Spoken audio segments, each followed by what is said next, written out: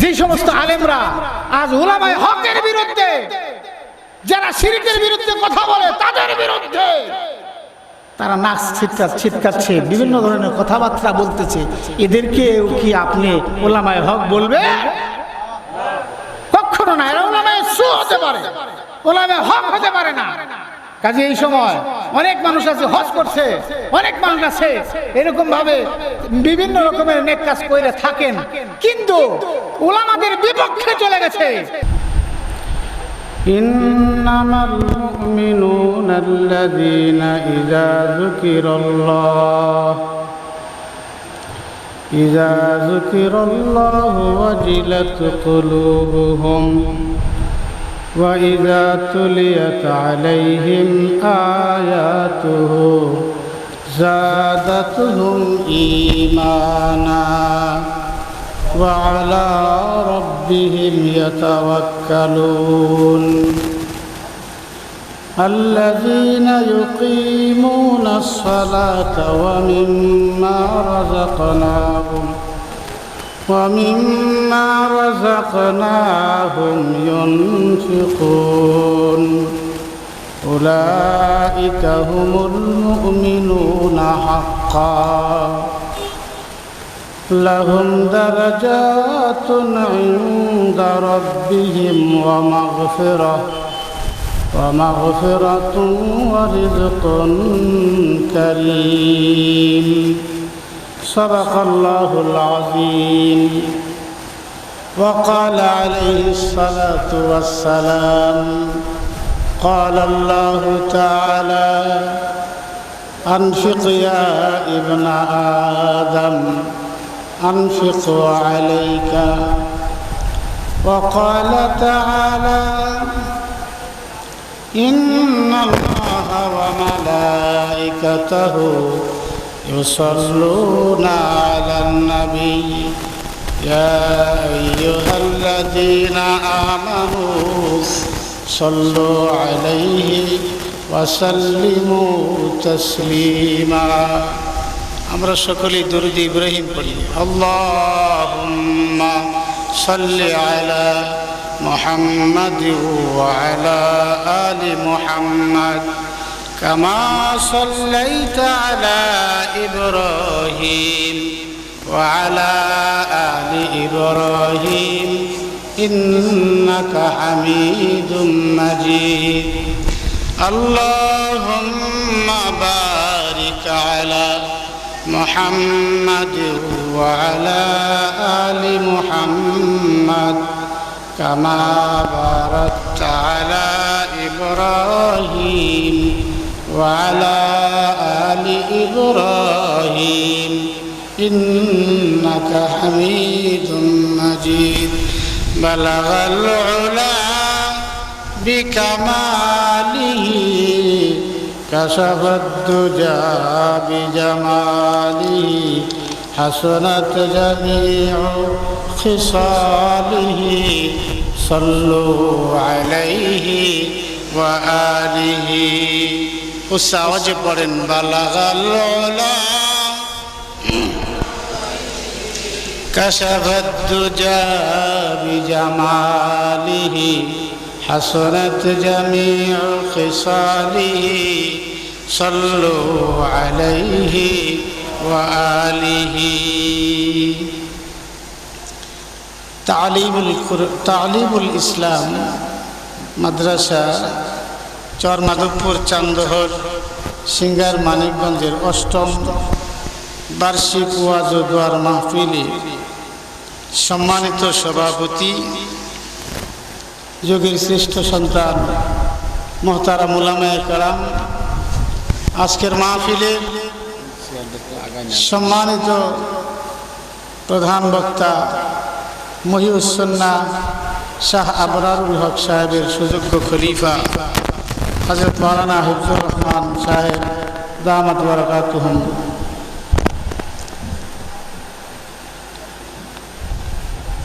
সামনে উপবিষ্ট শ্রদ্ধেয় মুরব্বিয়ানে কেরাম,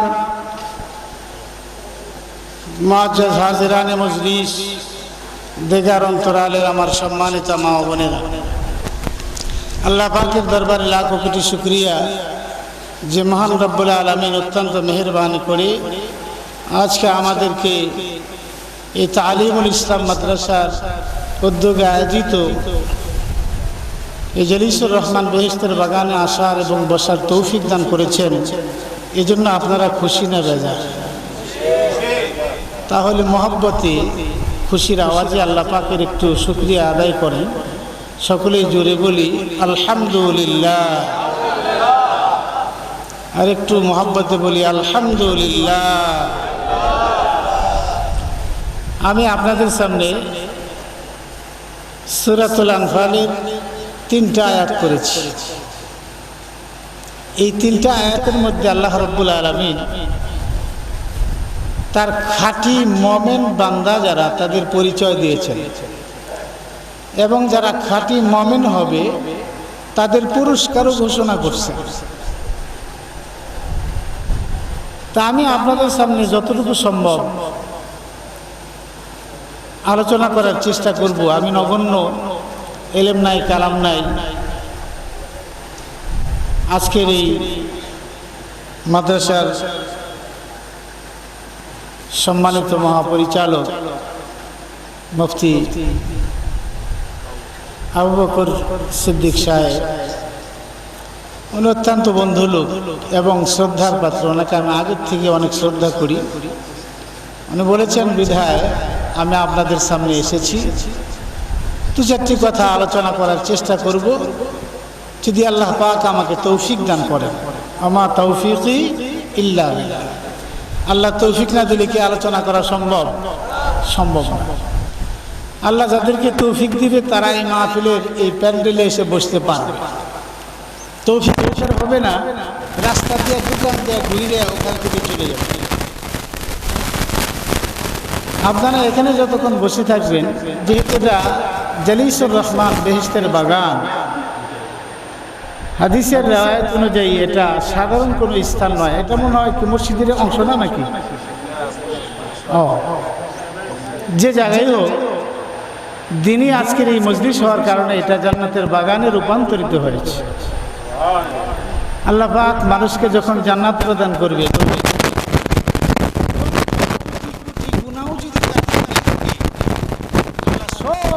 মাফ করে বেগুনা মাসুম বানায় তাকে আল্লাহ জান্নাত প্রদান করবেন। এজন্য জান্নাতের বাগানে যারা আসবেন, আসার তৌফিক আল্লাহ যাদেরকে দিবেন, এখানে গুনার ঘাটতি নিয়ে তো আসা সম্ভব না। গুনার ঘাটতি বাহিরেই থাকবে। এজন্য আমরা যারা বাহিরে আছি এখনো, কিছু জায়গা যেহেতু খালি আছে এখনো, বিধায় আপনারা বসে যাবেন এটা আশা করব।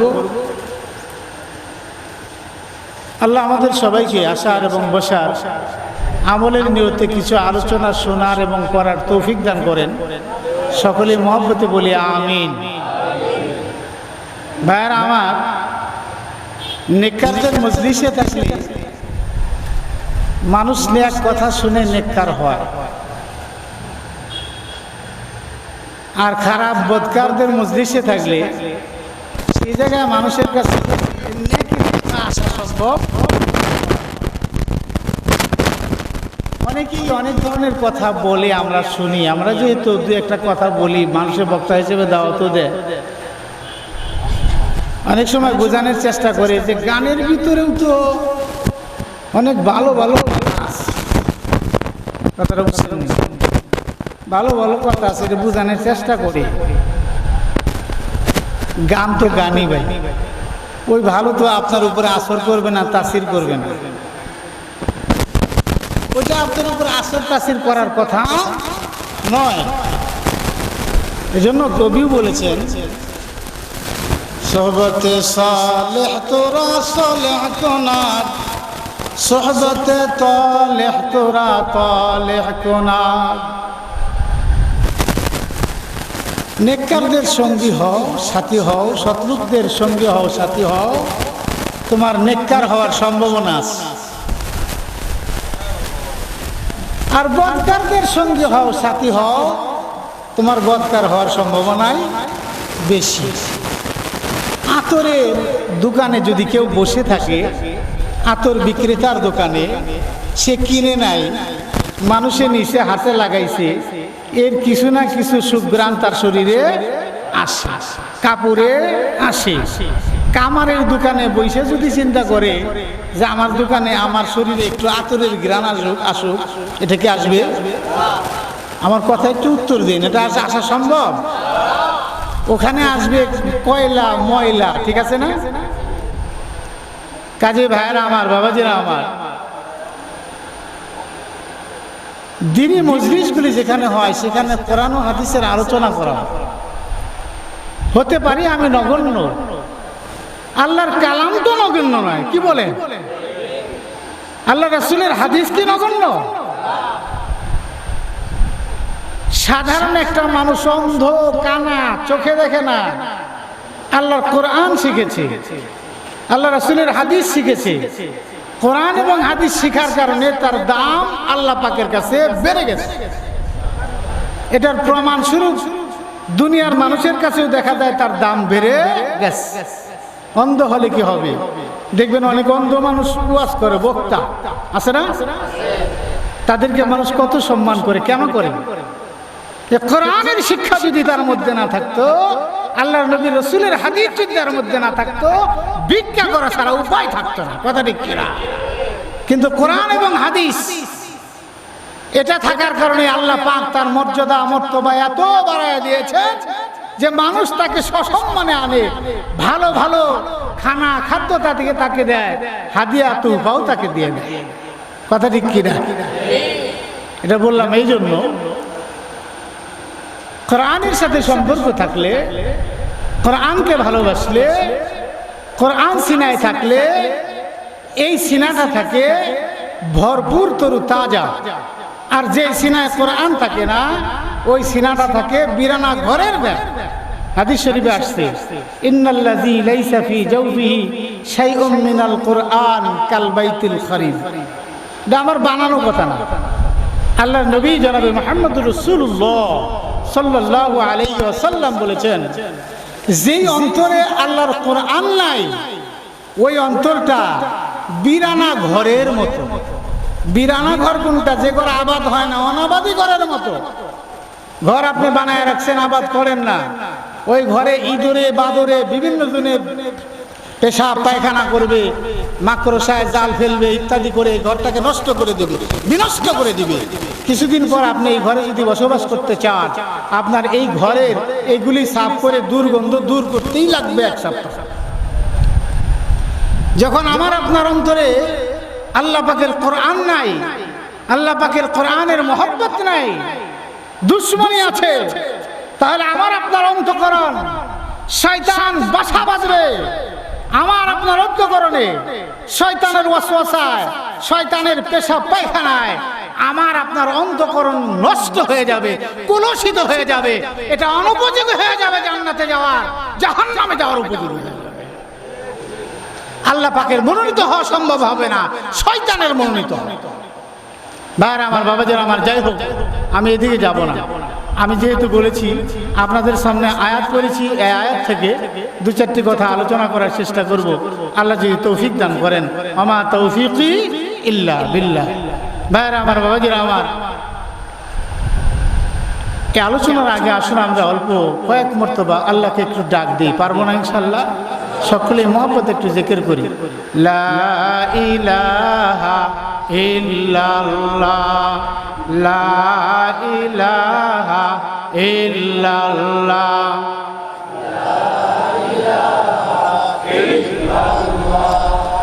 লা ইলাহা ইল্লাল্লাহ, লা ইলাহা ইল্লাল্লাহ।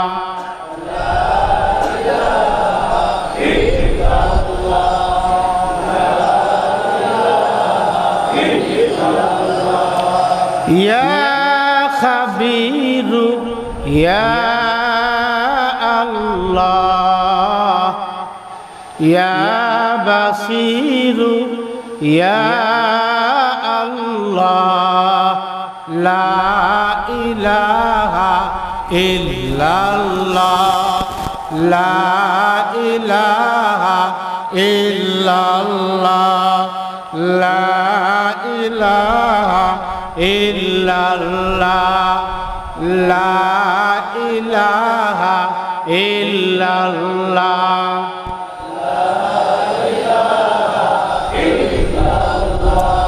লা ইলাহা ইল্লাল্লাহ মুহাম্মাদুর রাসূলুল্লাহ সাল্লাল্লাহু আলাইহি ওয়াসাল্লাম। কি ভাই খারাপ লাগছে? আল্লাহ পাকের জিকির খারাপ লাগে? জিকির করালাম, এরপরেই আপনাদের সামনে আয়াত নিয়ে আলোচনা করি। আল্লাহ রাব্বুল আলামিন সূরাতুল আনফালের এই যে প্রথম আয়াতটা আমি তেলাওয়াত করেছি, আপনাদের সামনে পড়েছি, 1 নম্বর 2 নম্বর, এই 2 আয়াতের মধ্যে আল্লাহ রাব্বুল আলামিন খাঁটি মুমিনদের 5টা গুণের কথা বলেছে। এখন আমরা সবাই হিসাব মিলিয়ে নেব যে আমার ভিতরে এই 5টা গুণ আছে কি না। এটা আল্লাহ পাক বলেছেন, সরাসরি আল্লাহ পাকের কথা আল্লাহ নাজিল করেছেন, আল্লাহ পাকের নাজিলকৃত এই কালাম, যার মধ্যে কোন রকম সন্দেহের অবকাশ নাই। এই হক, এই সত্য কালাম, এই কালামুল্লাহ রব্বুল আলামিন নাজিল করেছেন। মুমিনের 5টা গুণ, খাঁটি মুমিনের, খাঁটি মুমিনের 5টা গুণ আল্লাহ পাক বর্ণনা করেছেন। তার মধ্যে 1 নম্বর গুণ, এই এখন থেকে আপনাদেরকে বলছি, আলোচনা দীর্ঘায়িত হবে না, তবে একবারে শর্টকাটও হবে না, কথাটা বুঝছেন, যতটুকু সম্ভব। আর তবে আপনাদের ধৈর্যচ্যুতি ঘটাবো বলে মনে হয় না আর কি। 1 নম্বর গুণ, আল্লাহ রাব্বুল আলামিন বলেন খাঁটি মুমিনদের 1 নম্বর গুণ হলো ইযা যুকিরাল্লাহু ওয়াজিলাত কুলুবুহুম।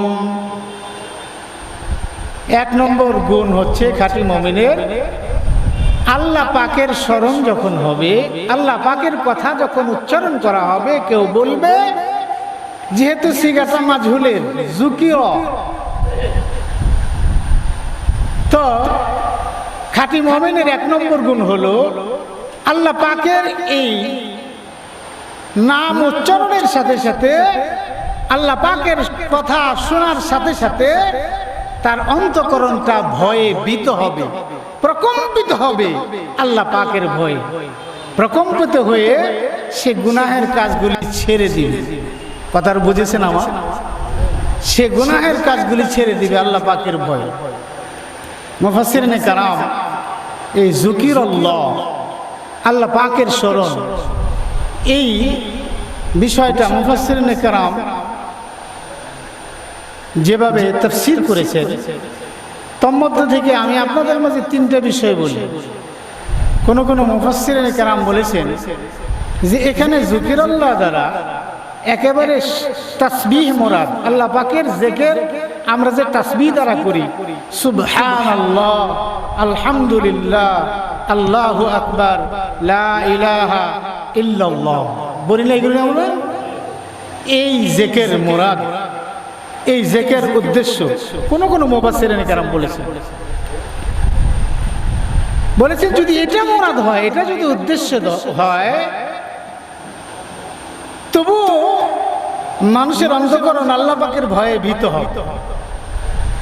সকালে সে আল্লাহ পাকের জিকির করবে, বিকালে করবে, সন্ধ্যায় করবে, রাত্রিতে করবে, দিনে করবে, যখন সময় পাবে তখন করবে, রাস্তায় হাঁটবে তখনও আল্লাহ পাকের জিকির করবে। রাস্তায় হাঁটার সময় আমাদের কিন্তু একটা বদ অভ্যাস আছে, খুব খেয়াল করেন, হাফিজুল লিসান, জবানের হেফাজত কিন্তু হয় না। দুইজনে এক জায়গায় যখন হাঁটি তখন আল্লাহ পাকের জিকির করা আমাদের পক্ষে, অনেকেরই পক্ষে সম্ভব হয় না। 2-1জনের যে আছে এর তো অবশ্যই কারো কারো আছে, যে এখানে হাফিজ হুজুর রহমতুল্লাহ আলাইহির কথা উল্লেখ হয়েছে, মোহাম্মদুল্লাহ হাফিজ হুজুর রহমতুল্লাহ আলাইহি, উনি যখন নির্বাচন করেন আমার মনে আছে, আমি দেখেছি উনি কালামপুরে যখন মিটিংয়ে আসলেন, ওখানে আমি গেছি, আমার উস্তাদ মরহুম মকবুর গোলাম মর্তুজা সাহেব, অনেকে চিনতে পারেন যারা মুরব্বী আছেন, উনিও সেখানে ছিলেন, ওনাকে আমি দেখেছি। আল্লাহু আকবার, খালি চেহারাই ছিলেন না, জবানেও ছিলেন, হাতেও ছিলেন, হাতে কলমে সর্ব অবস্থায় ছিলেন। আমি দেখেছি, আমার মানে দৃষ্টিতে যতটুকু দেখেছি, হ্যাঁ দেখেছি ওনার জবান নড়তেই আছে, হাত নড়তেই আছে, তসবিহ চলতেইছে, জবান নড়তেও আছে। কোনো কাজ তাকে আল্লাহ পাকের জিকির থেকে বাধা প্রদান করতে পারে না। কথাটা বুঝতেন? বাধা প্রদান করতে পারে নাই।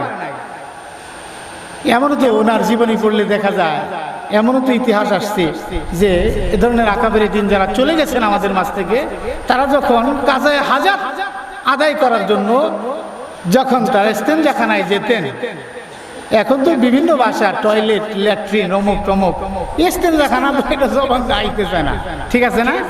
ইস্তেঞ্জাখানায় যাইতেন, তো এই সময় তারা জিহ্বাকে কামড় দিয়ে ধরে রাখতেন। সুবহানাল্লাহ বলবেন না একটু? জিহ্বাকে কামড় দিয়ে ধরে রাখতেন। কেন রাখতেন? কারণ যাতে জবান এই জায়গায় যাইয়া আল্লাহ পাকের নামটা উচ্চারণ না করে। আল্লাহ পাকের স্মরণ করতে করতে করতে করতে এমন অবস্থা সৃষ্টি হয়ে গেছে, জবানকে আর বলতে হয় না, জবান একা একাই সুবহানাল্লাহ, আলহামদুলিল্লাহ, আল্লাহু আকবার স্বেচ্ছায়, ইচ্ছায়, অনিচ্ছায় বলতেই থাকে, বলতেই থাকে, বলতেই থাকে। জোরে বলেন সুবহানাল্লাহ। কারণ এমন অবস্থার সৃষ্টি হয়ে গেছে। তো এখন কোনো মানুষ যদি আল্লাহকে বারবার ডাকতে থাকে, তা আল্লাহ পাক কোরআনে কারিমায় বলেছেন, আলা বিযিকিরিল্লাহি তাতমাইন্নুল কুলুব। তে জিকিরের দ্বারা মানুষের অন্তঃকরণ তাজা হয়, তাতমাইন হয়, ইতমিনান হয়। রাসূল করিম সাল্লাল্লাহু আলাইহি ওয়াসাল্লাম বলেছেন যে তোমরা তোমাদের অন্তঃকরণকে, সাহাবীদেরকে বলেছেন তোমরা তোমাদের অন্তঃকরণকে, ঈমানকে তাজা রাখো, তাজা করো। সাহাবীরা বলছেন ইয়া রাসূলুল্লাহ সাল্লাল্লাহু আলাইহি ওয়াসাল্লাম, এটা দেখা যায় না। কিলা ইয়া রাসূলুল্লাহ সাল্লাল্লাহু আলাইহি ওয়াসাল্লাম, কাইফা নুজাদ্দিদু ঈমানানা, আমাদের ঈমানকে কেমনে তাজা করব? কারণ ঈমান কি দেখা যায়? কি কোন দেখা যায়? টুপি মাথায় দিলে, জুব্বা গায়ে দিলেই, দাড়ি রাখলেই যে আমি পূর্ণ মুমিন এটা বলা যাবে? বর্তমান যে পরিস্থিতি আছে, বর্তমানে এই পরিস্থিতিতে দেখা যায় বড় বড় উলামা সাইজে এমন একটা দল বের হয়েছে যারা হক্কানি উলামায়ে হকের বিপক্ষে কথা বলে। কথা ঠিক কিনা? আপনারা দেখবেন, বিশেষ করে এই যে আমার হাতে মোবাইল আছে, এই মোবাইলে আমি কোরআন শরীফ বের করে তেলাওয়াত করেছি। যারা আলেম ওলামা তারা দেখেছেন, আমি কোরআন শরীফ এখানে রাখার স্থান নাই, আমিও নাই, চাইও নাই, কিন্তু এখান থেকে কোরআন শরীফ বের করে দেখে থেকে তেলাওয়াত করেছি। কথাটা বুঝেছেন? অথচ তারা আলেম দ্বীন, নিজেদেরকে আলেম দাবি করে। যে সমস্ত আলেমরা আজ উলামায়ে হকের বিরুদ্ধে, যারা শিরকের বিরুদ্ধে কথা বলে তাদের বিরুদ্ধে তারা নাচ ছিটকাচ্ছে, বিভিন্ন ধরনের কথাবার্তা বলতেছে, এদেরকে কি আপনি উলামায়ে হক বলবে? কখনো না। এরা উলামায়ে সু হতে পারে, উলামায়ে হক হতে পারে না। কাজে এই সময় অনেক মানুষ আছে হজ করছে, অনেক মানুষ আছে এরকম ভাবে বিভিন্ন রকমের নেক কাজ করে থাকেন, কিন্তু উলামাদের বিপক্ষে চলে গেছে, কোরআনের বিপক্ষে চলে গেছে, হাদিসের বিপক্ষে চলে গেছে। এমনি রেওয়াজগত ভাবে অনেকে আছে নামাজের ভিতরে খেয়াল থাকে না, নামাজ পড়তে যায়, ওই নামাজ পড়তে পড়তে একটা অভ্যস্ত হয়ে গেছে, যার কারণে 2 রাকাত 4 রাকাত নামাজ পড়ে আসে আর কি। কথাটা বুঝছেন? কিন্তু ইমাম সাহেবের ভুল হইলে একটা লুকমা দেওয়ারও খেয়াল থাকে না, কারণ কয় রাকাত হয়েছে এটাও কি তার খেয়াল। খারাপ লাগে আপনাকে ভাইয়ের আমার, বাবাদের আমার, খারাপ লাগলে কিছু করার নাই। বর্তমানে এই পরিস্থিতিতে মুমিন গায়রে মুমিন চিনার স্পষ্ট নিদর্শন এসে গেছে। কথা ঠিক কিনা? স্পষ্ট নিদর্শন এসে গেছে। কার মত, কার রায় কোন দিকে, এটা চেতা কোনো কথা না। আমার আগে অত্যন্ত গুরুত্বপূর্ণ নসিহতপূর্ণ আলোচনা হতে ছিল। আমাদের উদ্দেশ্য আলোচনা করা কোরআন হাদিস, কোরআন হাদিসের আলোচনা হবে। কোরআন হাদিসের কথা যারা বলবে তাদের কথা আমরা শুনবো, তাদের পক্ষে আমরা থাকবো, তাদের রাস্তা আমরা অনুসরণ করব। যারা কোরআনের বিপক্ষে থাকবে, যারা হাদিসের বিপক্ষে থাকবে, যারা কোরআন হাদিসকে অবমাননা করবে, কোরআন হাদিসকে নিয়ে যারা কটাক্ষ করবে, আল্লাহ রাসূলকে যারা নিয়ে কটাক্ষ করবে, হাদিসকে নিয়ে যারা কটাক্ষ করবে, আল্লাহ রাসূলকে নিয়ে যারা ব্যঙ্গচিত্র প্রদর্শন করবে, কোনোদিন আমরা তাদের পক্ষে চাইতে পারি না, চাইতে পারি না, চাইতে পারি না। কথা ঠিক কিনা ভাই? এতে আমাদের কষ্ট আসতে পারে। নবী রাসূলদের চাইতে নেককার মানুষ দুনিয়ায় আসছে নাকি? আমার কথা খারাপ লাগতে পারে, আল্লাহর সাহায্য আসবে। কথাটা বুঝছেন? নবী রাসূলদের চাইতে নেককার মানুষ দুনিয়ার জমিনে আর আসে নাই। যারা তাওহীদের দাওয়াত প্রদান করেছেন তারা কি লাঞ্ছিত হয় নাই? মায়ের খায় নাই? কি বলেন? দেশান্তরিত হয় নাই? আবদ্ধ থাকে নাই? আমার আপনার নবী জনাবে মুহাম্মদুর রাসূলুল্লাহ সাল্লাল্লাহু আলাইহি ওয়াসাল্লাম তিনি কি আবদ্ধ ছিলেন না? তিনি কি দেশান্তরিত হন নাই? হিজরত করে কি তিনি মদিনায় চলে যান নাই? মক্কার জমিনে, তায়েফের জমিনে তিনি কি বেইজ্জতি এরকম ভাবে লাঞ্ছিত বঞ্চিত হন নাই? তাতে কিচ্ছু আসে যায় না। ভাইরা আমার, বাবাজিরা আমার, আমি এই জন্য আপনাদেরকে বলতেছি, আমাদের মৌত সামনে, মৃত্যু সামনে। কয়দিন বাহাদুরি করব? কয়দিন গলা মানে এরকম বাইরাবো, চাপা এরকম ছাড়বো, ঝাড়বো, চিল্লাবো? এটার শেষ আছে। কখন যেন মৌত আমাদেরকে খপ করে ধরে ফেলে। কথা ঠিক কিনা ভাই? কত মানুষ এই 2020 সালে এদেশের কত সুনামধন্য আলেমে হক্কানীদেরকে আমরা হারিয়েছি। কথা ঠিক কিনা? কত ওলামাদেরকে আমরা হারিয়েছি। ভাইরা আমার, বাবাজিরা আমার, কাজে আমার আপনার কখন মরণ এসে যাবে এটা তো বলা যাবে না। কাজেই সাবধান, খবরদার। ঈমান যদি আপনার থাকে, মুমিন যদি আপনি হন, আপনার কিঞ্চিত আমল আপনার কাজে লাগবে, যারা পরিমাণ আমল আপনার কাজে লাগবে। আর ঈমান যদি না থাকে, মুমিন যদি আপনি না থাকেন, আপনার থেকে যদি ঈমান চলে যায়, তাহলে আপনার হাজারো নেক আমল কোনো কাজে লাগবে না, সব বাতিল হবে, সব বাতিল বলে গণ্য হবে। এই জন্য ঈমান আগে সত্য, মুমিন আপনাকে হতে হবে।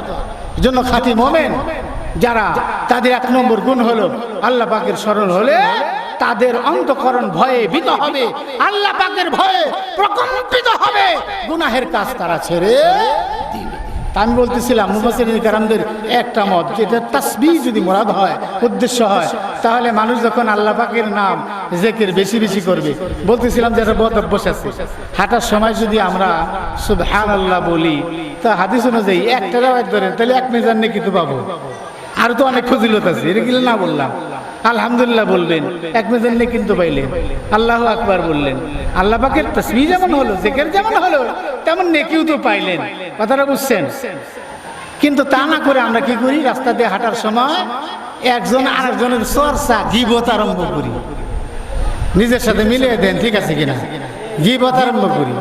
শুধু হাঁটার সময় না, মসজিদে নামাজ পড়তে যাওয়া পর্যন্ত দেখা যায় এমন অবস্থা যে মুসল্লিরা কয়েকজন বইলে মসজিদের দুনিয়াবি কথা বলা হারাম, গীবত করা যায় নাকি?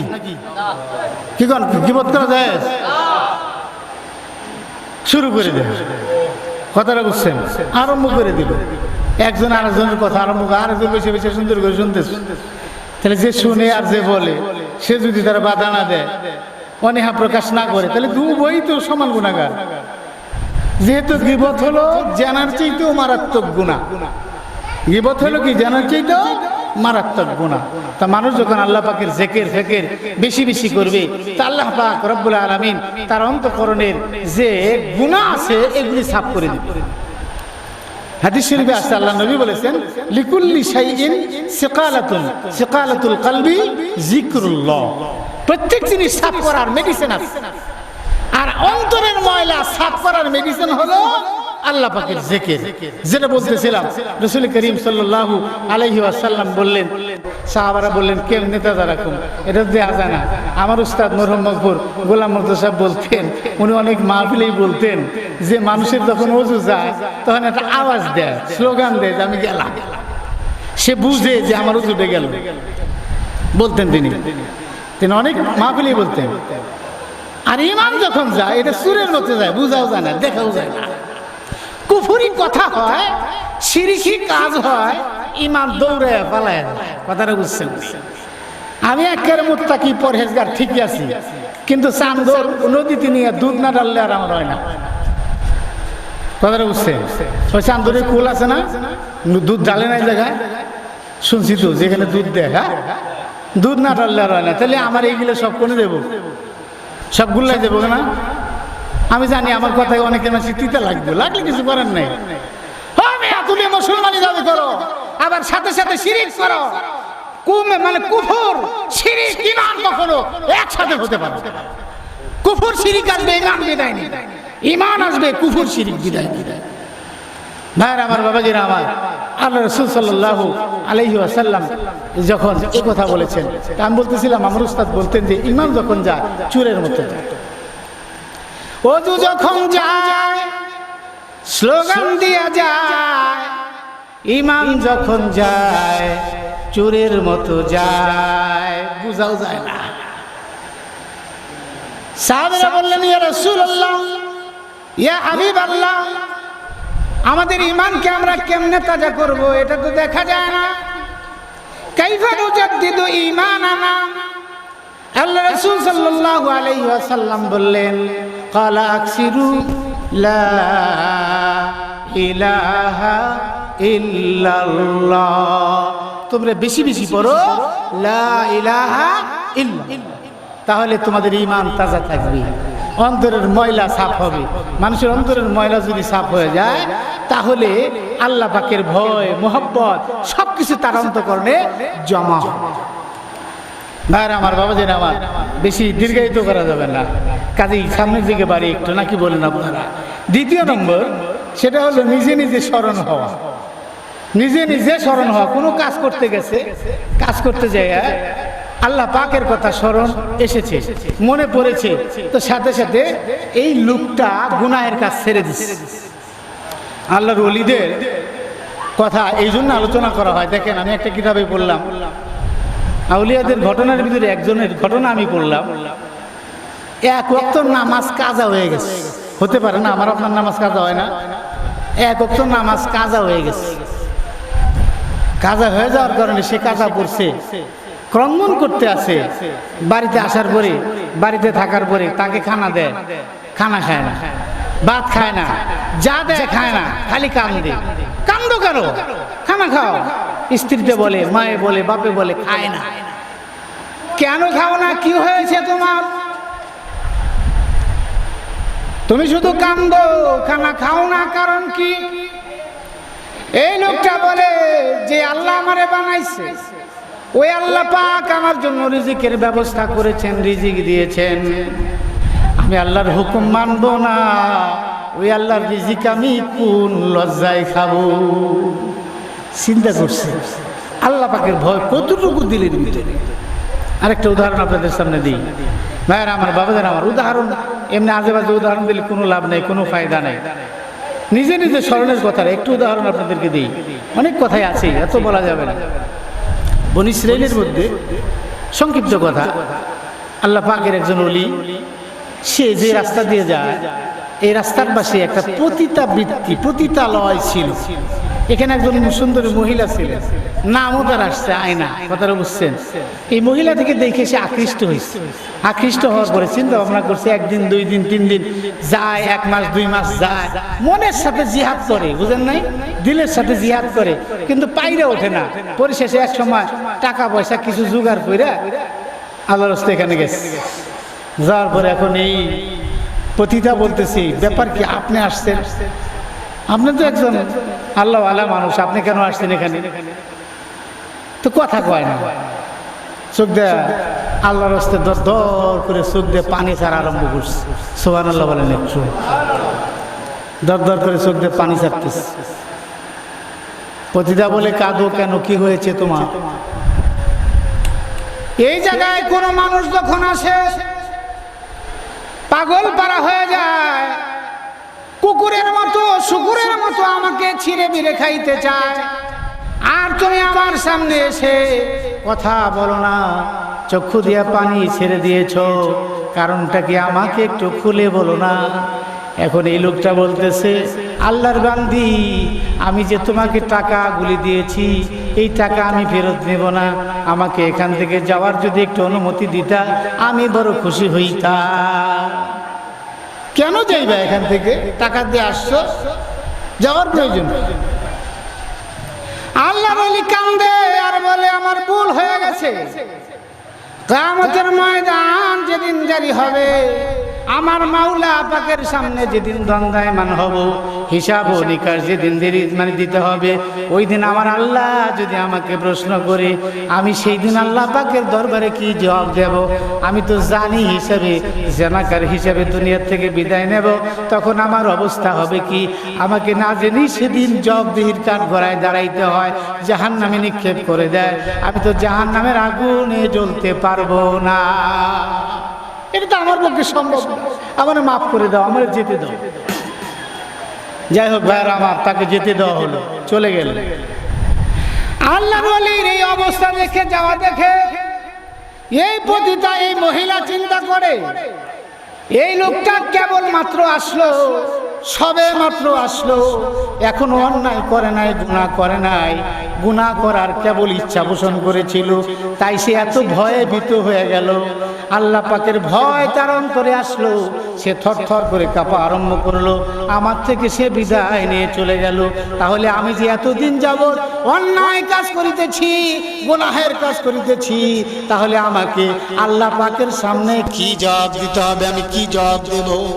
তিনিও ভীত হয়ে গেছে, দরজা বন্ধ করে দিলেন। তিনি তওবা করে নিলেন। এক সময় তিনি আল্লাহর ওলির দরবারে চলে গেলেন।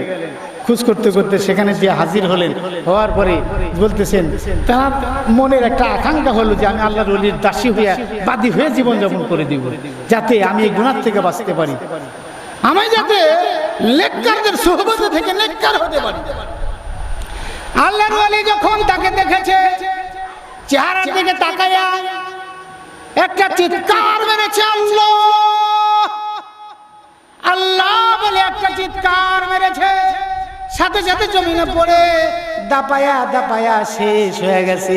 কারণ তার জবানে একটাই কথা ছিল, তুমি তো সেই মহিলা, যে মহিলার কারণে আমি অন্যায় কাজের দিকে অগ্রসর হইতেছিলাম। এটাকে বলা হয় আল্লাহ পাকের ভয়। ইযা যুকিরাল্লাহু ওয়াজিলাত কুলুবুহুম, আল্লাহ পাকের স্মরণ যখন হবে, তখন তার অন্তঃকরণ ভয়ে প্রকম্পিত হবে, আর গুনাহের কাজ সে ছেড়ে দেবে, গুনাহের কাজ সে করবে। ভাইরা আমার, বাবাজিরা আমার, শুধু এক্সাম্পল দিলাম 3 নম্বর। কেউ যদি আল্লাহ পাকের কথা স্মরণ করে, মুমিনের 1 নম্বর খাঁটি গুণ হলো 3 নম্বর। মুফাসসিরিনে কেরাম যেটা বলেছেন, অন্যের মুখে শুনেছে, আল্লাহর কথা মনে পড়ে গেছে, সাথে সাথে তার অন্তঃকরণ ভয়ভীত হয়ে গেছে, প্রকম্পিত হয়ে গেছে, গুনার কাজটা ছেড়ে দিয়েছে। এটা এক্সাম্পল, মেসাল স্বরূপ। আপনাদের সামনে আরেকটা কথা না বললে তো আপনাদের বুঝে আসবে না। বহু ঘটনা এই ব্যাপারে আছে, মুমিনদের মধ্যে এরকম বহু ঘটনা ঘটছে। তার মধ্যে একটা আপনাদেরকে বলি।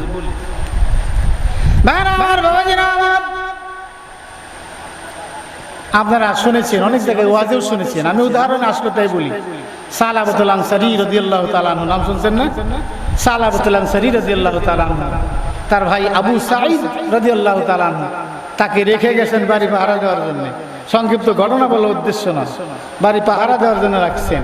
কিন্তু মানুষ যখন একা একই থাকে, একজন মহিলা একজন পুরুষ যদি কোনো জায়গায় নিরিবিলি চলে যায়, তাহলে সেখানে আর একটা তৃতীয় ব্যক্তি থাকে, সেটা হলো শয়তান। সেটা হলো কি? শয়তান। এই শয়তান তাকে ধোঁকা দিতে থাকে, ধোঁকা দিতে থাকে। ভাইরা আমার, বাবাজিরা আমার, সালাবাতুল আনসারী রাদিয়াল্লাহু তাআলা আনহু, পুরা ঘটনা বলার দরকার নাই, মেসাল উদাহরণ শুধু বলবো। পর্দা গুছায়া একটু শুধু দেখেছেন, নফসের তাড়নায়, নফস শয়তান জাদ কারীমা রাহেমা। বেরার বাবাজিরা আমার, শয়তানের ধোঁকায় পড়িয়া, নফসের তাড়নায় পড়িয়া পর্দাটা একটু ফাঁক করে যে আবু সাঈদের স্ত্রী, তাকে যখন দেখেছে, দেখার সাথে সাথে শামসের চোখের যে দৃষ্টি আছে, এটা হলো শয়তানের তীর, তার দিকে পড়ে গেছে।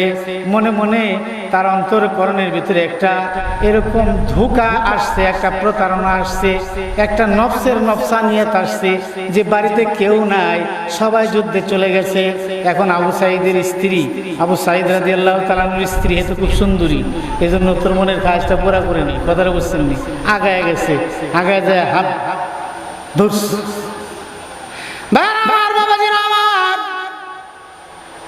এই লোকটা, এই মহিলাটা বুঝতে পেরেছে, বলেছে কি করো তুমি, কি করিতেছ? ইত্তাকুল্লাহ, আল্লাহকে ভয় করো।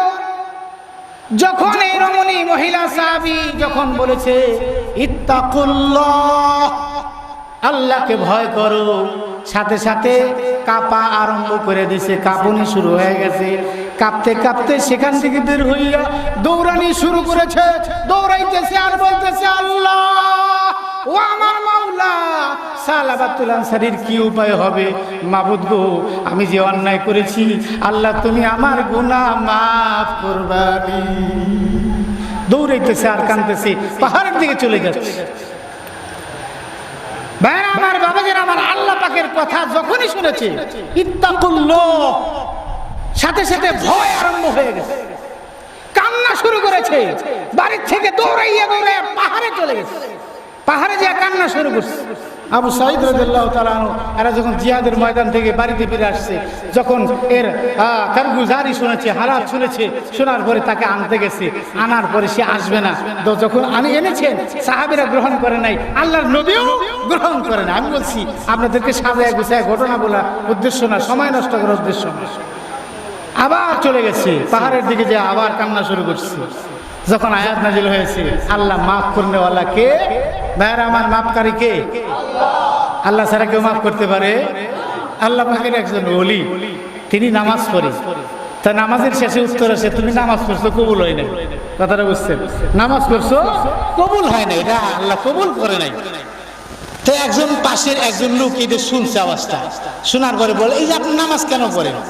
আল্লাহ পাকের পক্ষ থেকে আওয়াজ আসতেছে যে আপনার এটা কবুল হয় না, তা আপনি কি লেগে নামাজটা পড়েন? দরকারটা কি, লাভটা কি? ভাইরা আমার, বাবাজিন আমার, আল্লাহ বলছেন কি, লা তাকনাতু মির রাহমাতিল্লাহ। ভাইরা আমার, বাবাজিন আমার, এই লোকটা বলে আমি আল্লাহ পাকের হুকুম, আল্লাহ পাকের বিধান এই জন্য মানি কারণ মাফ করতে পারে আমার আল্লাহ, মাফ করার ক্ষমতা আছে আমার আল্লাহর, না করার ক্ষমতাও আছে আমার আল্লাহর। তুমি বলো তুমি মাফ করতে পারবা কিনা? তুমি যদি আমার গুনাহ মাফ করতে পারো তাইলে বলো, তুমি যদি আমার নামাজ রোজা কবুল করে নিয়ে নিতে পারো তাইলে বলো, আমি আল্লাহর ইবাদত বন্দেগী বাদ দিয়ে দিব। বলো, এর কোনো উত্তর আছে? আরবের কবিদের মতো, কোরআনের মতো বানাইতে যায়, পরিশেষে তারা অপারগ হয়ে বলছে লাইসা হাযা কালামুল বাশার। ঠিক তদ্রুপে লোকটা লাজবাব হয়ে গেছে, কথা তো ঠিক। আল্লাহ যদি মাফ না করে, কবুল না করে, কবুল করার আর কেউ নাই। কাজেই এই লোকটা বলছে এই জন্য আমি আল্লাহ পাকের ইবাদত করি, বন্দেগী করি। আল্লাহ এখন বলতেছে কবুল করি না। আল্লাহ তো কবুল করার ক্ষমতা রাখে, তিনারই ক্ষমতা আছে। যদি আল্লাহ কবুল করে, সুবহানাল্লাহ কোন জোরে কর। এই কথা বলা শেষ, আল্লাহ তাআলা সাথে সাথে আওয়াজ দিয়েছেন, বান্দারে তোর যে আমার প্রতি অগাধ বিশ্বাস, মোহাব্বত, আমার প্রতি যে তোর দৃঢ় বিশ্বাস, এই কারণে যা তোর বাকি জিন্দেগীর যত ইবাদত ছিল সব ইবাদত আমি কবুল ও মঞ্জুর করে নিলাম। জোরে বলেন সুবহানাল্লাহ। তে কবুল করার মালিক তো আল্লাহ তাআলা। আল্লাহ রাসূল সাল্লাল্লাহু আলাইহি ওয়াসাল্লাম যখন এই মানে আয়াত নাজিল হলেন তেনার উপরে, তখন তিনি বললেন যাও তাকে খুঁজ করে নিয়ে আসো। আল্লাহ ঘোষণা দিলেন যে মাফ তো আমি করব, কাজে আল্লাহ তাকে মাফ করে দিয়েছেন, আবার তাকে নিয়ে আস। কথাটা বুঝছি? ওয়াইযা যুকিরাল্লাহু ওয়াজিলাত কুলুবুহুম। আমি এই আয়াতের মানে এটুকুর ব্যাপার আর সামনে পারবো না, এখানেই শেষ। আল্লাহ পাকের স্মরণ যখন মানুষের সামনে হয়, খাঁটি মুমিন যারা, তাদের এক নম্বর গুণ হলো তারা আল্লাহ পাকের ভয়ে, আল্লাহ পাকের ভয়ে তাদের অন্তঃকরণ ভীত হবে, প্রকম্পিত হবে, আর গুনার কাজগুলি ছেড়ে দিবে। গুনার কাজ আর তারা করবে না, সেখান থেকে ভেগে যাবে। আমার বাবাজিরা আমার, দ্বিতীয় নম্বর গুণ, ওয়াইযা তুলিয়াত আলাইহিম আয়াতুহু যাদাতুহুম ঈমানা। খাঁটি মুমিনের দুই নম্বর গুণ হলো আল্লাহ পাকের কালাম কোরআনে কারীম আর তেলাওয়াত যখন শুনবে, তো মোমেন, খাঁটি মোমেনের ঈমান তখন বাড়তে থাকবে, বৃদ্ধি পাইতে থাকবে। একটু সুবহানাল্লাহ করো, আর একটু যেরকম আল্লাহু আকবার। আমি তো কবরস্থানে ওয়াজ করি না ভাই, ওয়াজ করি তো তাজা মেশির সামনে, তাই না? কবরস্থানে যারা মুর্দা তারা না আওয়াজ দিয়ে আসবে না, আপনারা তো আওয়াজ দিতে পারবেন, কথাটা বুঝছেন? মাঝে মাঝে আওয়াজ দিলে বুঝুন যে আমার আলোচনা আপনারা বুঝতেছেন, আলোচনাও শেষের দিকে এসে যেতে পারে, কথাটা বুঝছেন? ভাইরা আমার, বাবাজির আমার, কোরআন শরীফ পড়া শুনলেই যদি ঈমান বাড়ে, তাহলে যে পড়ে তার অবস্থা কি হবে? তার ঈমান বাড়বে না কমবে? জোরে কোন, বাড়বে না কমবে? হাদিস শরীফ আছে, আল্লাহর নবী বলছেন, খায়রুকুম মান তাআল্লামাল কুরআনা ওয়া আল্লাম। তোমাদের মধ্যে সর্বোত্তম ওই ব্যক্তি যে কোরআন মাজিদ শিক্ষা করে এবং শিক্ষা দেয়। এটা কি কোনো রাজা বাদশার কথা নাকি? কোনো কবির কথা? কোনো গণকের কথা? এটা আল্লাহ রাসূলের কথা। রাসূল করিম সাল্লাল্লাহু আলাইহি ওয়াসাল্লাম বলেছেন, সর্বোত্তম ব্যক্তি যারা কোরআনে কারিমার শিক্ষা দেয় আর যারা কোরআনে কারিমার শিক্ষা দেয়। কোন ব্যক্তি যদি পড়ে আল্লাহর কোরআন থেকে একটা অক্ষর, আল্লাহ পাক তার আমলনামায় 10টা নেকি দিবে। কয়টা নেকি? হাদিস শরীফে আসছে। কেউ পড়লো আলিফ লাম মিম, রাসূল করিম সাল্লাল্লাহু আলাইহি ওয়াসাল্লাম বলেন, আমি বলি না যে আলিফ লাম মিম একটা হরফ, বরং আলিফ একটা হরফ, লাম একটা হরফ, মিম একটা হরফ। কেউ যদি এই 3টা অক্ষর পড়ে, আল্লাহ পাক তার আমলনামায় 30টা নেকি দিয়ে দিবে। অথচ এই কোরআন শরীফ আমরা পড়তেই পারি না, অধিকাংশ মানুষ পড়তেই জানে না। ঘুম থেকে উঠতে হবে, সকালবেলা উঠে কি আমল করা দরকার? প্রথম ঘুম থেকে উঠে তো ঘুমের একটা ওঠার একটা দোয়া আছে না? কি বলেন, দোয়া আছে না? এই দোয়াটা যদি জিজ্ঞেস করি অনেকে বলতে পারবেন না, ঠিক আছে না? আবার অনেকে আছেন পারবেন, কিন্তু শিখে নেওয়া উচিত। ঘুম এটা আল্লাহ পাকের নিয়ামত। ঘুম যদি না হয়, আমার 3 রাত্রি ঘুম হয় নাই, 4র্থ রাত্রিতে আমার লাগে যেন ব্রেন আউটের মতো, পাগল পাড়ার মতো হয়ে গেছে। ওয়াজআলনাল লাইলা লিবাসা, আল্লাহ রাব্বুল আলামিন এই রাত্রিকে আমাদের জন্য আচ্ছাদিত করেছেন। এই নিরিবিলি, নীরব, নিস্তর এরকম পরিবেশ সৃষ্টি করে দিয়েছেন যেখানে শুইলে ঘুম আসে, যেখানে শুইলে আরাম হয়, আয়েশ হয়। দিনের বেলায় এটা হয় না ভাই, নানান ধরনের আওয়াজ আসে, এটা হয় না। আল্লাহ পাকের নিয়ামত এই ঘুম। ঘুমকে বলা হয়েছে যে মৌতের মতো, মৃত্যুর মতো। আন-নাওম কাল-মাউত, মৌতের মতো, মৃত্যুর মতো। এখান থেকে যিনি জাগ্রত করে দিলেন তার প্রশংসা করা দরকার আছে কিনা? কি বলেন আপনার, দরকার আছে কিনা? তো দোয়াটা বড় মানে কি জানি না, উঠে সেই তো অন্যরকম ব্যবস্থা আমাদের শুরু হয়ে যায়, কথাটা বুঝছেন নি? উঠে সেই যে আমি দোয়া করবো, আলহামদুলিল্লাহিল্লাযী আহইয়ানা বা'দা মা আমাতানা ওয়া ইলাইহিন নুশুর। দোয়াটা পড়বো, জানা থাকলে আপনি পড়লেন। আল্লাহ পাকের প্রশংসা দিয়ে শুরু হয়ে গেল। প্রশংসা দিয়ে ঘুম আসবেন, প্রশংসা দিয়ে উঠবেন। ভাইরা আমার, বাবাজিরা আমার, ফজরের নামাজ আদায় করলেন, এরপরে সূরা ইয়াসিন তেলাওয়াত করলেন। আল্লাহর নবী জনাবে মুহাম্মদুর রাসূলুল্লাহ সাল্লাল্লাহু আলাইহি ওয়াসাল্লাম বলেছেন, আমার মন চায় সবার অন্তরের ভিতরে সূরা ইয়াসিনটা থাক। ইয়াসিনটা সবাই সূরা ইয়াসিনটা মুখস্থ করুন। কেউ যদি সকালবেলায় সূরা ইয়াসিনটা তেলাওয়াত করে, বের হয়ে যায়, কাজকর্ম করে, সারাদিনের যত হাজত আছে আল্লাহ তাআলা এই নেক হাজতগুলি পুরা করে দিবে। আল্লাহ পাক তার জন্য জিম্মাদার হয়ে যাবে। কিন্তু সূরা ইয়াসিন পড়া তো দূরের কথা, সকালবেলা ঘুমই তো ভাঙে না, ফজরের নামাজই তো পড়ার সুযোগ পাই না, তাইলে আমি সূরা ইয়াসিন পড়ুম কোন সময়? কথাটা বুঝছেন? দ্বিতীয়ত কোরআন শরীফ পড়তেই তো জানি না।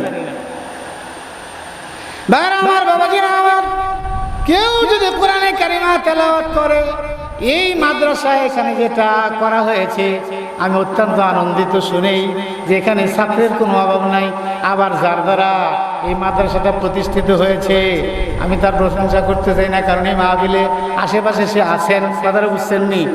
যে খেলাপুতো পাইছেন জানেন, আল্লাহওয়ালা লোক, আমি তার প্রশংসা করতে চাই না, এই জন্যেই কারণ খাঁটি লোক দ্বারা সহি লোক দ্বারা যে খেদমত হয় তাদের লক্ষ্য থাকে আল্লাহ পাকের রেজা মন্দির দিকে, মানুষের রেজা মন্দির দিকে না। কথাটা বুঝছেন? আল্লাহ পাক যদি রাজি হয়ে যায়, খুশি হয়ে যায়, কোনো জিনিসের অভাব তার আর থাকে না। কি বলেন? থাকে? তার কোনো জিনিসের অভাব আর থাকে না। আমার বাবাজির, আমার শুনলাম 250 উপরে নাকি ছাত্র, জাগা হয় না ছাত্র। লেখাপড়ার মানও ভালো, এমনি কিন্তু আসে না ছাত্র। লেখাপড়ার মান ভালো হইলেই ছাত্র আসে। কোরআন শরীফ তেলাওয়াত আরম্ভ করলো, কোরআন শরীফ পড়া আরম্ভ করে দিল। কোরআন শরীফ পড়া শুরু করেছে, যখনই আরম্ভ করবে তখন থেকেই ন্যাক আরম্ভ হয়ে গেছে, নেকির কাজ আরম্ভ হয়ে গেছে, ন্যাক আরম্ভ হয়ে গেছে, ন্যাক কাজ শুরু হয়ে গেছে। বেড়ার বাবাজিরা আমার, কেউ যদি এরকম কারু ছেলেকে, মেয়েকে বা সন্তানাদিকে, ভাইকে যদি মাদ্রাসায় দেয় কোরআনে কারিমার শিক্ষা দেওয়ার জন্য, কোরআন শরীফ শিখে একটা অক্ষর পরে প্রথমেই সে শুরু করে আউযু বিল্লাহি মিনাশ শাইতানির রাজিম। শয়তানের, মরদুদ শয়তানের ওয়াসওয়াসা থেকে সে আগে পানাহ চাচ্ছে, মরদুদ শয়তান থেকে সে আগে পানাহ চাচ্ছে, যে মানুষের প্রকাশ্য চির দুশমন। এরপরেই সে আল্লাহ পাকের রহমত চাচ্ছে। বিসমিল্লাহির রহমানির রহিম। তা আল্লাহ রাব্বুল আলামিন তার উপরে রহমত বর্ষণ করা আরম্ভ করে দেন। কারণ তালিবে ইলম যে হয় তার দিকে আল্লাহর রহমত দৌড়াইতে থাকে। সুবহানাল্লাহ। তার পায়ের নিচে ফেরেশতারা তাদের পাখা বিছিয়ে দেয়। সুবহানাল্লাহ করবেন না একটু? আমার কথা বুঝে আসে তো নাকি? এত সম্মান, এত ইজ্জত তালিবে ইলম দিয়ে আল্লাহ পাক দান করেছে। কোরআনে কারীম দ্বারা 3 শ্রেণীর লোক বিশেষভাবে উপকৃত হবে। কয় শ্রেণীর? 3 শ্রেণীর লোক। সবাই খেয়াল করে যায়। আমি বলছি, আমি কিন্তু কোনো জায়গায় ওয়াজ বাকি রেখে দেওয়ার চেষ্টা করি না। আমি যতটুকু মানে আয়াত করি, আমি যা বুঝি। তাফসির করা যায় না এখন, কথাটা বুঝছেন? তাফসির নিজে করতেও পারি না, ওই জ্ঞানও নাই। যতটুকু বুঝি ততটুকু বলার চেষ্টা করি আর কি, কথাটা বুঝছেন? তো বাকি রাখার চেষ্টা করি না, ওই আকর্ষণে আমার দরকার নেই। 3টা কারণে নাজাত পাইতে পারে, কোরআনের দ্বারা উপকৃত হতে পারে। 1 নম্বর, কোরআন শিখলো। একটু জিকির করি, লা ইলাহা ইল্লাল্লাহ, লা ইলাহা ইল্লাল্লাহ, লা ইলাহা ইল্লাল্লাহ, লা ইলাহা ইল্লাল্লাহ,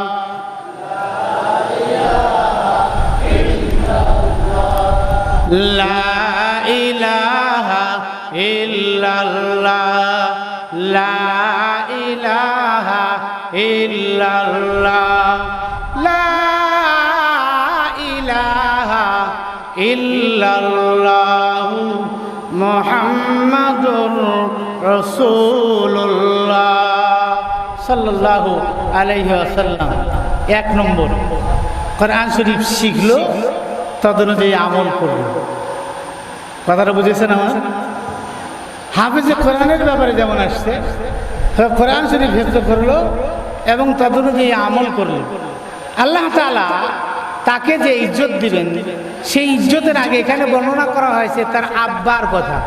তার আব্বাকে কিয়ামতের ময়দানে এমন নূরের তাজ পরায় দেওয়া হবে, যে নূরের তাজ দেখে মানুষেরা আশ্চর্য হয়ে যাবে কিয়ামতের ময়দানে।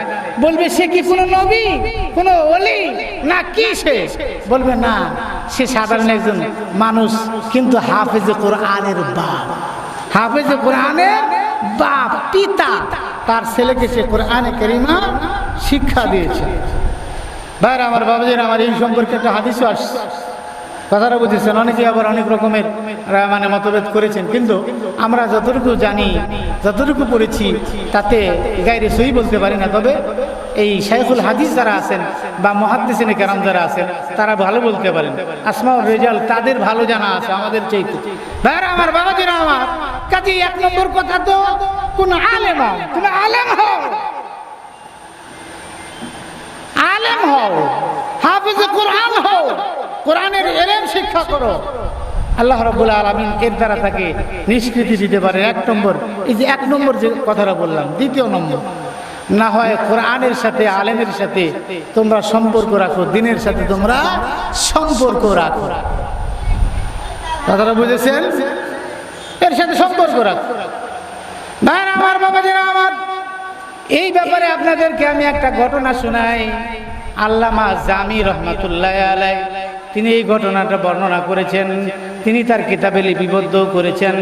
আল্লামা জামি রহমাতুল্লাহ আলাইহি বলেছেন, একজন সাধারণ মানুষ, গরিব মানুষ, সে ইন্তেকাল করেছে, মৃত্যুবরণ করেছে।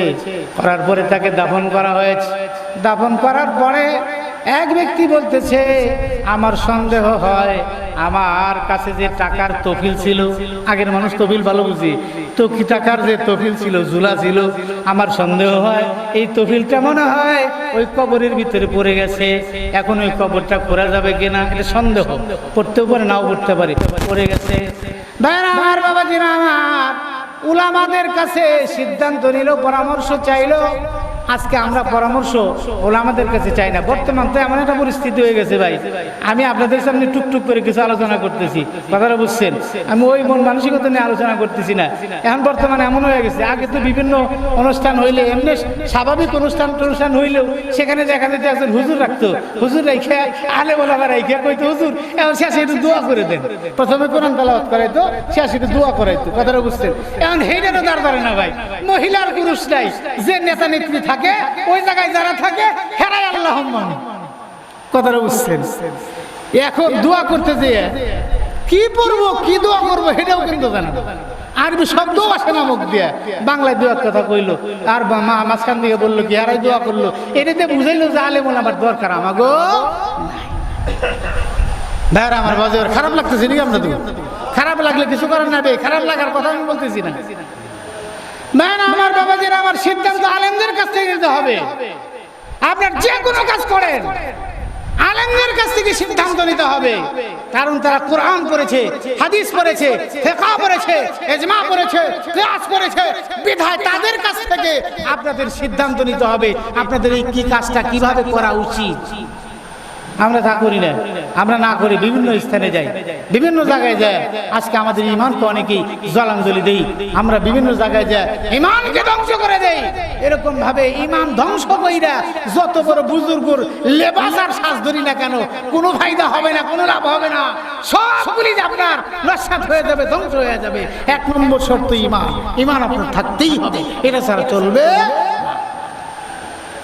আল্লামা জামি রহমাতুল্লাহ আলাইহি বলেন, উনার কিতাবের ভিতরে উনি লিখেছেন, গণনা এইভাবে লিখেছেন, সিদ্ধান্ত দিল যাও খুদো, যদি টাকা পড়েই থাকে, মুর্দার তো আর টাকা দিয়ে কোনো লাভ হবে না। কি বলেন, হবে?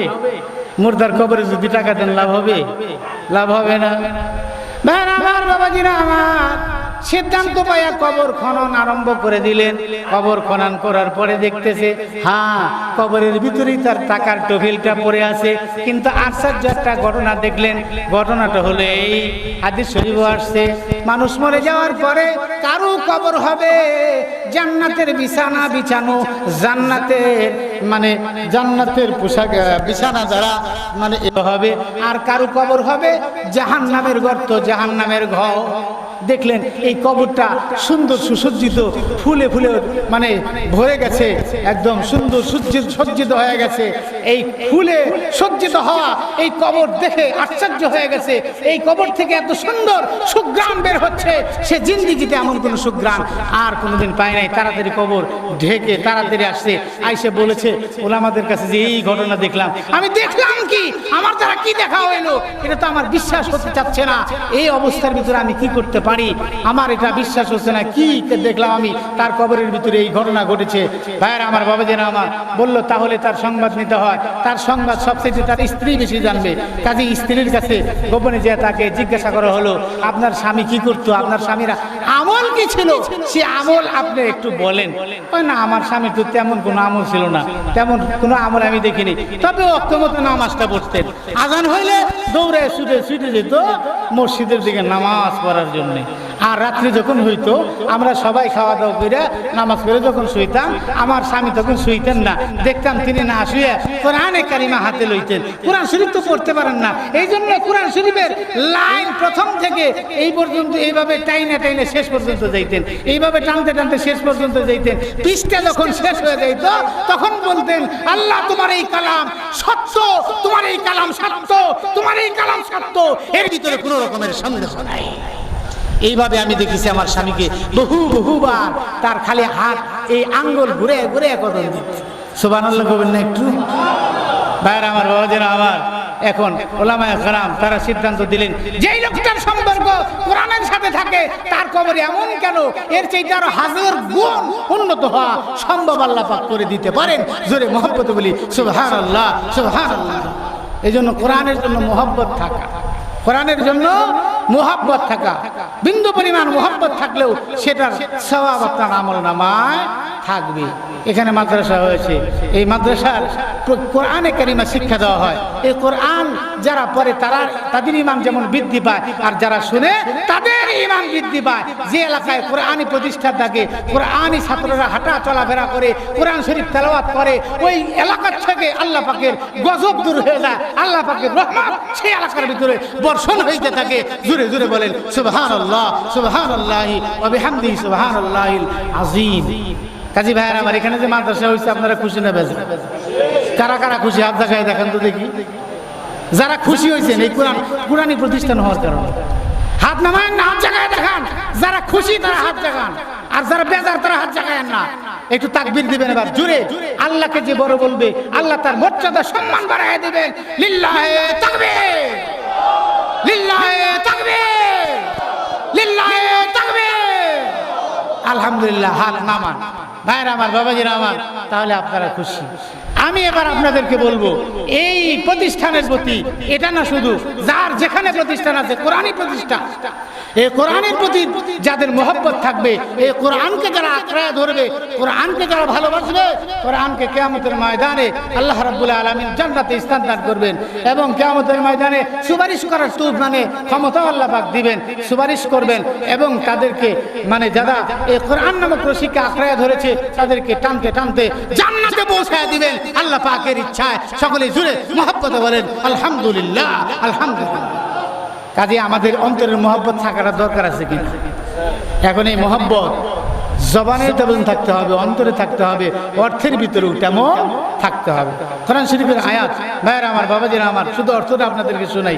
আল্লাহ রাব্বুল আলামিন বলেছেন, যেই ব্যক্তি আল্লাহর রাস্তায় ব্যয় করে, দান করে, ধনী অবস্থায়, গরিব অবস্থায়, সুখী অবস্থায়, দুঃখী অবস্থায়, তার মানে যে অবস্থায় যতটুকু বলে, কথাটা বুঝেছেন? লক্ষ লক্ষ শর্ত নয়, যে অবস্থায় যতটুকু পারে, যখন মহব্বত রাখে যে আমি এতটুকু করলাম, আল্লাহ পাক যদি এর ওসিলায় আল্লাহ আমাকে কিয়ামতের ময়দানে মাফ করে দেয়। রহমতে হক বাহানা মিজুয়া, আল্লাহ পাকের রহমত বাহানা তালাশ করে। কাজে আপনার যদি এই প্রতিষ্ঠানের প্রতি মহব্বত থাকে, আপনি যদি এই প্রতিষ্ঠানের জন্য এক হাত জমির ব্যবস্থা করে দেন, কই হাত? আরো জোরে কোন কই হাত? আপনারা ভয় পাইতেছেন, কই হাত? করতেই হবে এমন না, যার মন চায় করবেন, না করবেন না, না চায় না করবেন। এক হাত জমিনের ব্যবস্থা যদি করে দেন, এক হাত, এই এক হাত জমিন আপনার জন্য আখিরাতের যে অ্যাকাউন্টে জমা হয়ে থাকবে, যেখানে যে অ্যাকাউন্ট থেকে কোনো বাটপারি করে নিতে পারবে না, কোনো চোর চুরি করে নিতে পারবে না, কোনো কেউ আগুন দিয়ে পুরাই ফেলতে পারবে না, যেটা মানে আগুনে পানিতে ভাসায় নিতে পারবে না, সেটা আল্লাহ পাক লালন পালন করতে থাকবে। বকরির বাচ্চা যেমন মানুষ লালন পালন করে, পালতে পালতে সেটা বড় হয়, গাভীর বাচ্চা যেমন লালন পালন করতে করতে বড় হয়, ঠিক এরকম ভাবে আপনার এই শহীদিয়তের মোহাব্বতের এক হাত জমির, এই যে একটা দান, এক হাত জমির একটা মোহাব্বত, একটা টাকার একটা মোহাব্বত, মানে মুখের কথার একটা মোহাব্বত, এটা যদি আল্লাহ কবুল করে কিয়ামতের ময়দানে এটা লালন পালন করতে করতে অনেক নেকি দিয়ে আল্লাহ পরিপূর্ণত করবেন।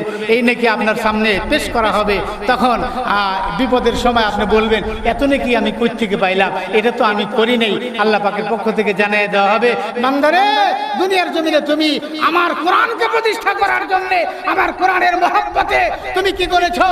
10টা টাকা, 1 1000 টাকা, 1 হাত জমি, সামান্য কিছু দিয়েও কোরআনকে টিকিয়ে রাখার জন্য তোমরা চেষ্টা করেছো। এটা আমি লালন পালন করতে করতে আল্লাহ তো তিনি তো ক্ষমা করি, তিনি তো ক্ষমা করেন, করুণাময়, তিনি তো দয়াকারী। যার উপরে আল্লাহ রাব্বুল আলামিন দয়া করবেন, যার উপরে করুণা করবেন। এখন করুণার কথা কইতে তো ভয় লাগে।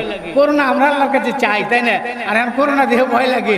অনেকে আরে করুণায় তোমার মায়েরা যাবো, কথাটা বুঝছেন? এই ব্যাপারে আমার আগে খুব সুন্দরভাবে আপনাদেরকে বুঝায় দিচ্ছেন। তো ওই করুণা এই করুণা না, এটা আল্লাহ পাকের রহমত বরকত, সেই করুণার কথা আমি আপনাদের সামনে পেশ করতেছি। কথাটা বুঝেছেন? সেই রহমতে আল্লাহ পাক বলবে আমার সেই রহমতে তোমার এই ছোট্ট নেকিকে আমি বড় করতে করতে, বেশি করতে করতে, লালন পালন করতে করতে এত বড় নেকির বোঝা পাহাড় তোমার সামনে জমিয়ে দিয়েছি। বান্দা নাও, এটা তোমার জন্য আজকে বিরাট উপকারে আসবে। ভাইরা আমার, বাবাজির আমার আর কয়েকটা গুণ রয়ে গেছে, তাই না? তো মাঝখানটা আসলে এই জন্যই। কাজেই আমি আপনাদের সামনে এই বিষয়ে প্রসঙ্গে একটা উদাহরণ দিই। সেটা হলো কি, আমি এই কিছুদিন আগে, কথাটা বুঝছেন, আসতেছি এই রিক্সায় চড়ে, অটো রিক্সায়। আমার পাশে আরো 2 জন লোক বসে। আমি তো অটো রিক্সাও দেখছেন নি, 3-4 জন বসে না, তো একটু আত্মীয়ত্ব লাগে। তা আমাকে দেখে হ্যাঁ বলতেছে, আল্লাহ পাক বলছেন, এই আলেম ওলামা যারা আছেন ভাই, মেহেরবানি করে কথাটা বুঝেন, এটা বুঝার চেষ্টা করেন। হ্যাঁ আমার শুনে দিচ্ছে, আল্লাহ কইছে যে আমি কোরআন নাজিল করছি, আমি কোরআনের হেফাজত করব। ইন্না নাহনু নাযালনা যিকরা ওয়া ইন্না লাহু লাহাফিজুন। এটা আল্লাহ পাক বলছে আমি নাজিল করছি, আমি এর হেফাজত করব। আর এখন হেফাজতে ইসলাম হইছে আল্লামা মামুনুল হক সাহেব, তারপরে আল্লামা বাবুনগরী সাহেব, এরকম আল্লামা আল্লাহ জুনায়েদ আল হাবিবি সাহেব, এরকম ভাবে ফয়জুল করিম সাহেব ইত্যাদি ইত্যাদি লোকের নাম বলতেছে। এরা বলে এর হেফাজত করবো। কথাটা বুঝছেন? এখন হেফাজতে ইসলাম বেরিয়েছে, আল্লাহ কইছে আমি হেফাজত করুন, আর হেফাজত করার জন্য বেরিয়ে গেছে। কোন কিরকম বোঝাটা বুঝছে লোকটা? আমি খালি শুনি, শোনার পরে বললাম যে ভাই আপনি তো সাংঘাতিক বুঝছেন। তা আমি একটা প্রশ্ন করি আপনাদের, কি? আমি বললাম যে আল্লাহ পাক বলছেন যে তিনি রিজিক দাতা, আল্লাহু খায়রুর রাজিকিন। আল্লাহ হলেন উত্তম রিজিক দাতা। রিজিক দিবে কে? আল্লাহ তাআলা। আমি মনে করি আমি আর আপনি রিজিক খাই, কামাই করি, অমুক করি, তমুক করি। এই রিজিক বরাদ্দ আল্লাহ পাক করেছেন। আল্লাহ পাক আমার জন্য রিজিকের ব্যবস্থা করেছেন। এই কথা আপনি মানেন না? কোরআনের কথা কয় হ্যাঁ মানি। তাহলে আপনি চাকরি করেন কে? করতে এলেন আপনি কবিস থেকে চাকরি করেন কে? রিজিক তো আল্লাহ দিব। ওয়ালা রাব্বিহিম ইয়াতাওয়াক্কালুন, এটা পরে বলবো। তা আমি বললাম ভাই চাকরি করেন কে? রিজিক তো আল্লাহ দেব, ঠিক আছে না? আপনি কে লেগে চাকরিতে গেছে? তার উত্তর দেওয়ার কোনো উত্তর না। আমি কই রাখেন, না বুঝে শুই না। ওই যে হুজুরে যেমন কইছে যে বাংলা কোরআন শরীফ বাংলা উচ্চারণ করে, বাংলা তর্জমা দেখে, কথাটা বুঝছেন? কোরআনের তাফসীর করা, কোরআনের অর্থ বোঝা, কোরআনের তর্জমা বোঝা এতই সোজা, এতই সোজা ভাই। ভাইরা আমার, বাবা যেন তাইলে আর পড়াশোনা করতে হতো না, মাদ্রাসা খুলতে হতো না, এই আলেম দ্বীন হতে হতো না, মুফাসসির হতে হতো না, মুহাদ্দিস হতে হতো না। কোরআন হাদিস বুঝতে হলে এগুলি পড়তে হবে, জানতে হবে, তাছাড়া বোঝা সম্ভব নয়। করে বলিস আমি তার শুনেলাম, শুনেন হযরত ওমর রাদিয়াল্লাহু তাআলা আনহুর খেলাফত আমলে এক ব্যক্তি সে বাইরে ঘোড়া বা উট রাইখা ভিতরে এসে বলতেছে তাওয়াক্কালতু আলাল্লাহ, আমি আল্লাহর উপরে তাওয়াক্কুল করলাম। ওমর রাদিয়াল্লাহু তাআলা আনহু বলেন কিসের উপরে তাওয়াক্কুল করলা? কয় বাইরে আমি ঘোড়া রেখে আসি। কয়টার বাঁধছনি? কয় না বান্ধি তো নাই, আল্লাহর উপরে তাওয়াক্কুল করে রেখে আসি। ওমর রাদিয়াল্লাহু তাআলা আনহু তরবারি বের করছে, তরবারি বের করেছে, আমার মতো আপনার মতো না। ইমানই তাকাজা, যেখানে আল্লাহ রাসূলের নির্দেশ না মানার কারণে, বিচার না মানার কারণে ওমর রাদিয়াল্লাহু তাআলা আনহু তার বিচার শাস্তি এরকম দিয়েছে, তার 2 টুকরো করে ফেলেছে, ঠিক আছে না? এই ঘটনা আপনারা অনেক শুনেছেন। ভাইরা আমার, বাবাজিরা আমার, তো তাওয়াক্কালতু আলাল্লাহ এর অর্থ আগে বুঝতে হবে। আল্লাহ রিজিক দিবে, তবে আমাদেরকে যে মানে ক্ষমতা আল্লাহ প্রদান করেছে এটা আমাদের প্রয়োগ করতে হবে, এরপরে আল্লাহর উপরে তাওয়াক্কুল করতে হবে। কথাটা বুঝেন নাই? জমিতে ধান লাগাও, তোমার কাজ তুমি করো, দেনেওয়ালা হলেন আল্লাহ। দেনেওয়ালা হলেন কে? আল্লাহ। আল্লাহ কোরআনে কারিমের হেফাজত করবে, এটা কেউ ধ্বংস করতে পারবে না। আল্লাহ কোন কায়দায় করবেন এটা আল্লাহ পাক ভালো জানেন। তবে আমাকে আপনাকে কোরআনের হেফাজতের জন্য যে দায়িত্ব প্রদান করেছে এটা তো আমার আপনার পালন করা উচিত। কথা ঠিক কিনা ভাইরা আমার? তাহলে ভাইরা আমার, বাবাজিরা আমার, আমি আপনাদেরকে বলবো বাকি যে 3টা গুণ এখনো রয়ে গেছে। এখন আমি সত্যি কোরআনে কারিমা নিয়ে আরো অনেক কথাই আপনাদের সামনে আলোচনা করতাম, কথাটা বুঝেছেন? কাজী ভাইরা আমার, বাবাজিরা আমার, এই কোরআনের সাথে যারা মোহাব্বত করবে, কোরআনকে যারা ভালোবাসবে, এই কোরআনে কারিমা কিয়ামতের ময়দানে এই লোকটা নিয়ে ঝগড়া করবে। আল্লাহ নবী বলেছেন ঝগড়া করতে থাকবে, আর আল্লাহ রাব্বুল আলামিন বলবেন যাও, আমার সাথে ঝগড়া করার দরকার নাই, তোমার সুপারিশ আমি কবুল করলাম, একে আমি নাজাতের ফয়সালা দিয়ে দিলাম। জোরে কোন সুবহানাল্লাহ, সুবহানাল্লাহ। এছাড়াও হাদিসে আসছে 2 ব্যক্তি যদি অহংকার করা যায় তো হাসাদ করা, লা হাসাদা ইল্লা আলাল ইসনাইন, তাহলে 2 জন করতে পারতো। একজন হলো যে ব্যক্তি কোরআন শরীফ শিক্ষা করেছে এবং সেই কোরআন শরীফ তেলাওয়াত করে রাত বা দিনে যখন সময় পায়। 2 নম্বর যে ব্যক্তিকে আল্লাহ পাক সম্পদ দান করেছে আর এই সম্পদ থেকে সে আল্লাহর রাস্তায় ব্যয় করে, দিনে রাত্রে নাই, যে কোনো সময় যখন পারে, যখন সুযোগ পায় তখনই সে আল্লাহর রাস্তায় ব্যয় করে। কাজী ভাইয়ের আমার, বাবাজির আমার, অনেক কথা ছিল আপনাদের মাঝে বলার মতো, আমি সেদিকে আর পারবো না। পারলে আমি পরের আর 3টা গুণ আপনাদের সামনে আলোচনা করে যাব। কাজী আপনাদেরকে এখানে হাত জায়গায় এই জন্য দেখাচ্ছি, কে কে চান দুনিয়ার থেকে যখন কোরআন উঠে যাবে, দিন উঠে যাবে, তো মানুষগুলো মুরতাদ হয়ে যাবে, কাফের হয়ে যাবে, বেঈমান হয়ে যাবে, ঈমান হারা হয়ে যাবে, জাহান্নাম হবে। ঠিক আছে? কথা ঠিক কিনা ভাইয়েরা?